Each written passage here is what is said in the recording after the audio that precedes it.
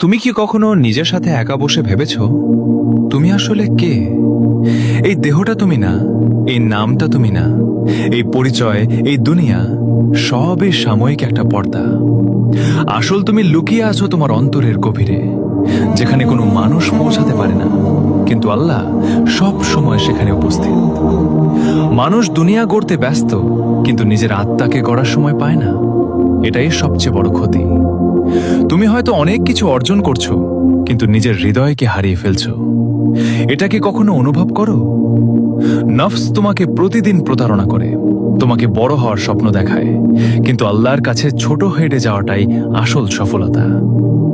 নীরবতার মাঝেই আত্মার কথা শোনা যায়, রাতের অন্ধকারেই সবচেয়ে বেশি আলো পাওয়া যায়, আর চোখের পানিতেই হৃদয় পরিষ্কার হয়।